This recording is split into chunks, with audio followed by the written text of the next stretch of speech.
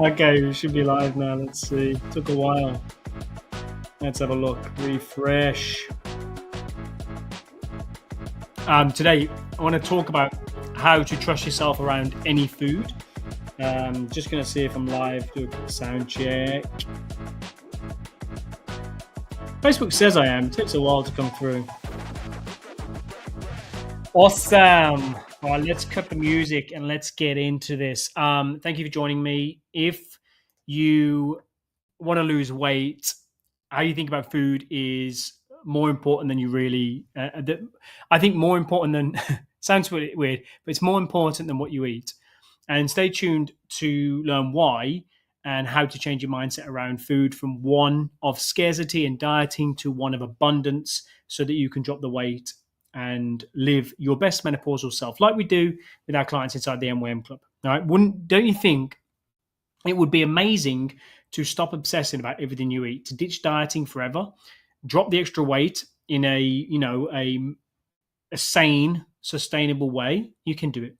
All right. I'm excited to talk through how we sort of approach it. All right. I'm Dean Chamberlain. I'm a nutritionist that specializes in helping peri and postmenopausal women lose weight without fads, without restrictive approaches, and rebuild their confidence. This is what me and Viola do inside the MWM Club. And I want to talk to you today on how to trust yourself around any food, right? Wherever you're watching this from, let us know in the comment section, and also drop a if you're listening live, drop a 5. If you're listening on replay, drop an 8 because you're late.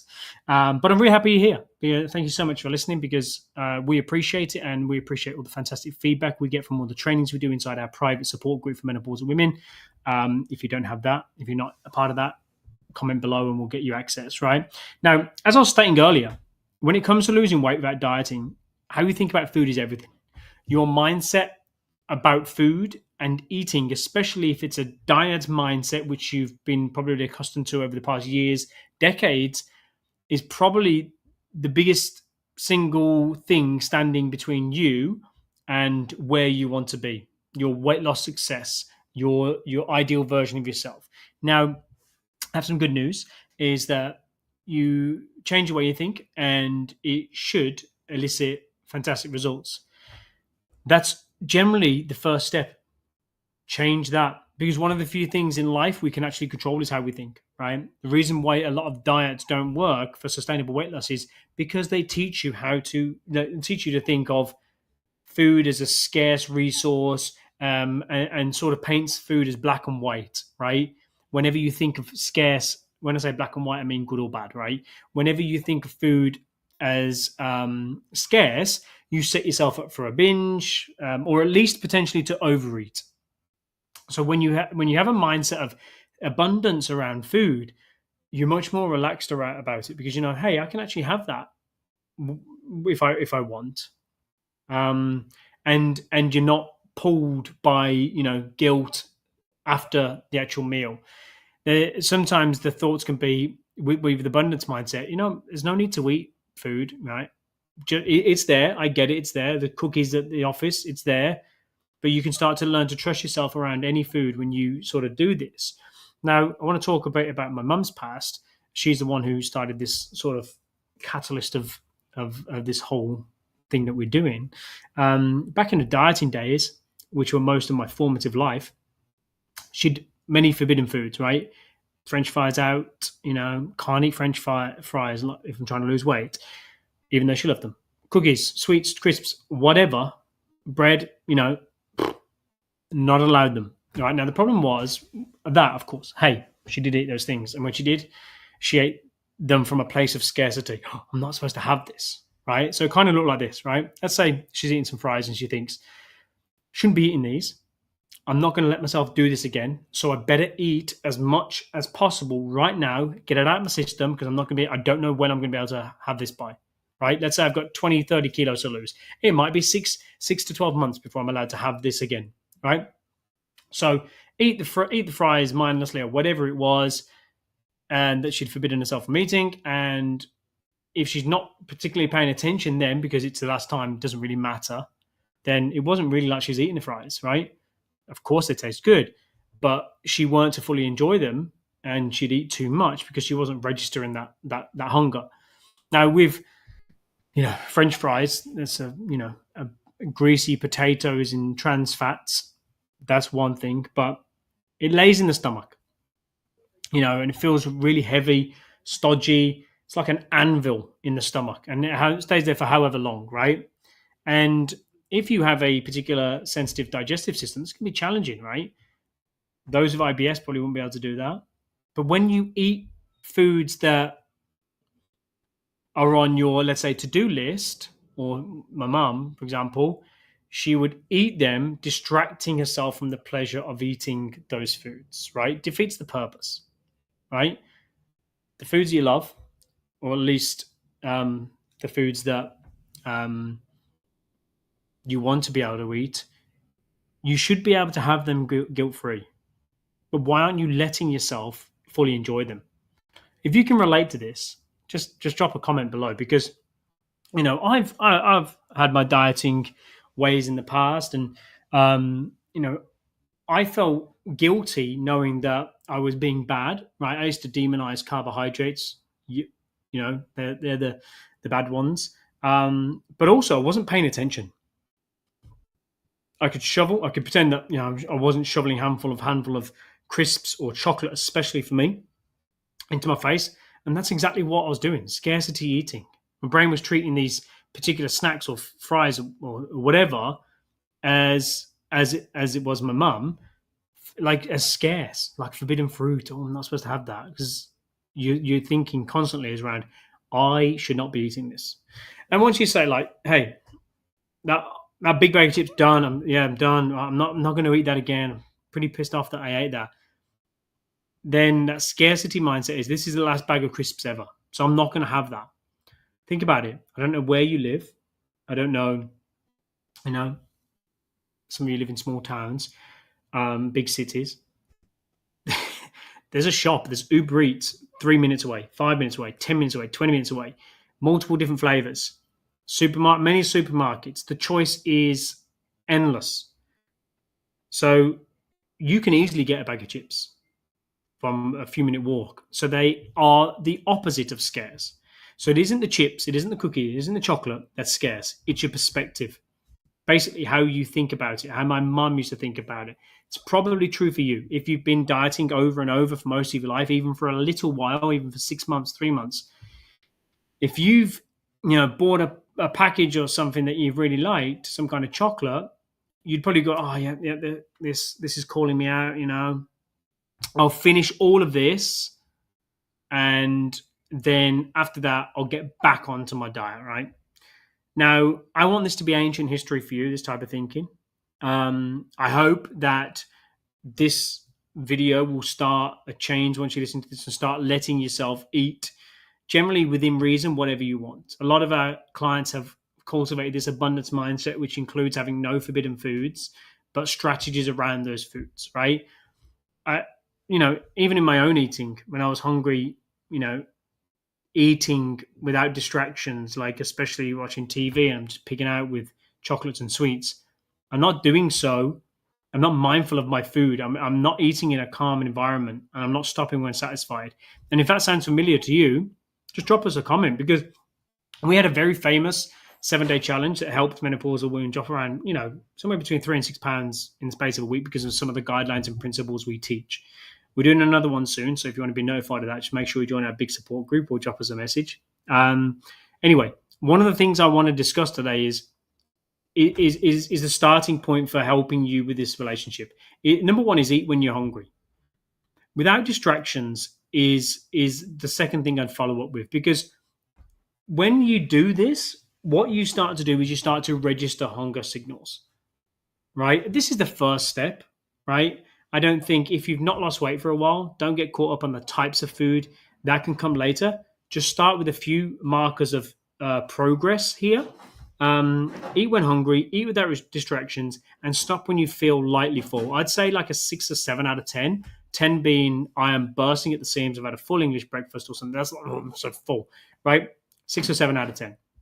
Now, what is magical about this is that, because you can eat whatever you want within whatever you love, whatever your body, your mind wants when you're hungry, those foods will stop calling out to you previously like they would have before. Oh, I'm not allowed that forbidden fruit. It's like, you know, when you are technically forbidden from eating them, they become more elusive. They become more mystical, more pleasurable. And I think it goes without saying, but this isn't the full idea of our approach. This is just the first initial steps for some clients. Nutrient quality and food in general matters a lot. But now the difference is simply we're starting to create or cultivate an abundance mindset. No longer will you think, I better eat all of these chips right now because who knows when I'm going to get to have them next. You will know that if you really want fries, there's going to be a few restaurants in your area that you could get them. All right, fish and chips, for example. There will be very few times where you would go, you know what, I just want to go and get some fries. You know, sometimes if you go to lunch, you choose fries instead of the salad that you can get in exchange for them if you wanted. Sometimes you'll feel like the salad. It depends on your mood, right? But I've never, so oftentimes, if you have that approach, you will. I'm trying to move my legs. It will depend on your general mood. You won't necessarily, if you allow yourself those food, won't necessarily eat the entire serving of fries because of the mindset around it, right? You might eat a few and go, yeah, I'm actually quite good. I'm lightly full. I'm stopping now. Do you want some of my fries? Yeah, cool. Might do. Whatever.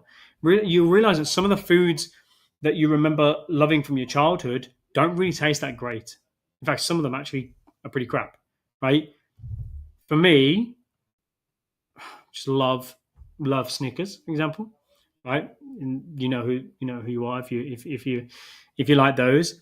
Now the mentality for me now is that that's the stuff that I eat. If it's too consistent, it becomes unworthy of being in my body, right? My body deserves better. Many of our clients have had similar experiences, right? They learn once they start letting themselves eat what they would like, and without sort of distractions, that guilt, some of those foods that they thought they loved, even foods that they thought they were favorites, weren't all that good. One of our clients loved Turkish delights. After every dinner, got halfway through, and we were chatting about it on a live, like a little panel that we do with, a Zoom meeting with all our clients. And she realized that they're not yummy because of the taste. It's more the emotional connection they had because she used to share one after every dinner as a child with her dad. How is that for a powerful emotional connection over one piece of food? It's incredible, right? We have a tremendous amount of free resources that are in our support group with stuff like this and menopausal specific stuff. So if you're struggling with anything, please reach out to myself or Viola to see if we can share some insight into what is happening with our current clients. And that her lady, her name was Tanya, and incredible woman, right? But the thing is, this awareness of the type of food you're having is massive. So yeah, you can eat within reason, anything your body wants when hungry. There's never a need to keep eating until feeling stuffed or only eating crappy packaged foods because someone bought them into work. When you eat pleasurable foods, baked goods, chocolate, chips, whatever, I want you to think my body deserves better. And I only want the best and I deserve the best. Right? I deserve to feel how I want to feel, full of energy, confident, sexy in that red dress, right? So I'm going to pass on those free donuts that they're giving at work, right? Because if I really want a donut, I'm going to go and get the best one in town.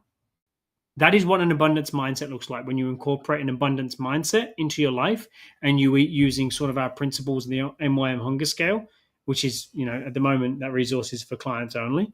But you start to live your life. Right? We had a client, Cindy, right, celebrate her 43rd wedding anniversary, which is phenomenal in itself. And we discussed her, through social events, especially this fantastic milestone that she had yesterday.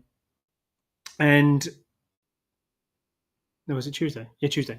And we talked. How are we going to structure the day? I don't care on this day. Don't want any sort of restrictions on that day. What a milestone you're having. Please enjoy it. Have a margarita or two.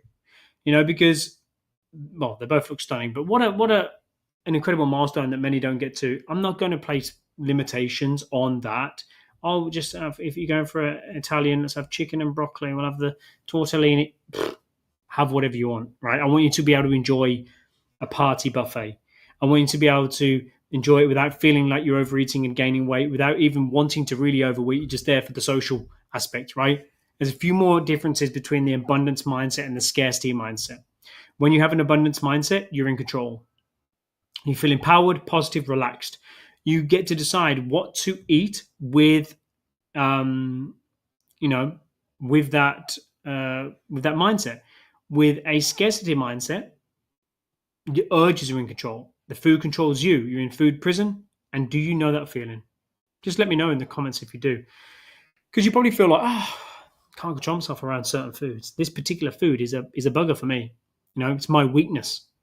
Well, of course, you'll become victim of those uncontrollable urges, which they're not uncontrollable. It's just you think at the time, and you might feel anxious, afraid to go to the social stuff or go to a party because you're going to eat too much. And all of this is because of the history of dieting that you've done or the books that you're reading. It puts us in place. It puts us in that place, that negative scarcity mindset. Now, when you've got this abundance mindset, you know that I get to make these intelligent, thoughtful choices. I'm not going to be judgmental about myself, but with that scarcity mindset, you act on impulse. You get down on yourself for picking out. When you have that abundance mindset, you don't feel the need to, you don't feel the urge to need, to eat food just because, hey, it's there, I'm going to eat it. You don't want the free cookies at the office just because you can get a better one if you really want a burger or a cookie or whatever's at the office. So you don't really feel like you're missing out because there's abundance of delicious food in your life and you can have whatever you want when you're hungry. And if there's food you want and you're not hungry, you can get it and save it for later and eat it, right? When you have that mindset, you go on vacation. Sharon, who we're doing a live with tonight, she loved the sangria when on holiday. We didn't put stuff on that. Oh, you're away for a week, so you have two sangrias every day. I want you to eat whatever they're having, the speciality of the region, whatever. If it's sangria, fantastic. Enjoy what you want. Stop eating when lightly full, knowing that there's more deliciousness to come in your life. Right? The next time you get hungry,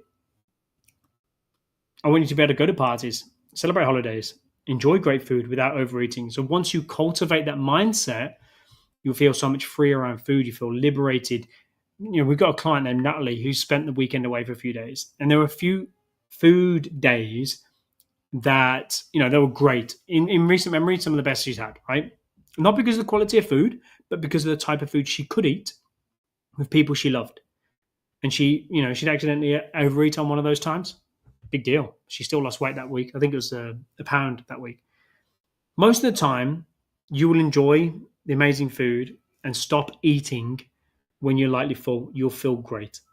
You don't feel sick. You don't feel weighed down. And it's amazing feelings. No feelings of guilt. You will enjoy food much more, I think, with this mindset if you start to approach it like that. Get rid of the forbidden foods list, right? Start listening to your body today. If you're hungry and you really want a croissant, have one. Get a really, really good one. Don't go for a little one. Go for a beautiful one, right? Savor every single bite. You might not even finish it. Imagine that, right? Trust it. You start to trust yourself around food when you cultivate this abundance mindset. You can do it. You get to learn how to do it and all the tools you need to make peace with food and eating and lose weight for good. That's what we discuss in our program, right? And if you really want to make weight loss journey your last one and to make it last and cultivate that abundance mindset, enjoy food more while you lose weight, drop us a comment saying MYM and we'll reach out to you to see if we can help you.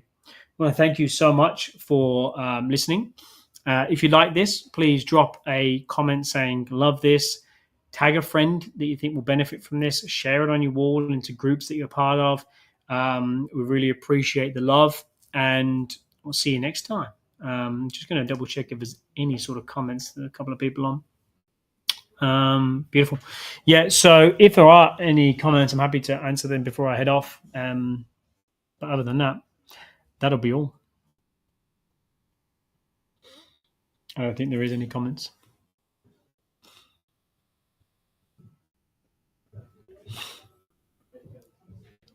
I think that is all. Cool. If there's any comments that come through and I miss them, love this. Good to have the reminder. Great to see you on here, Donna.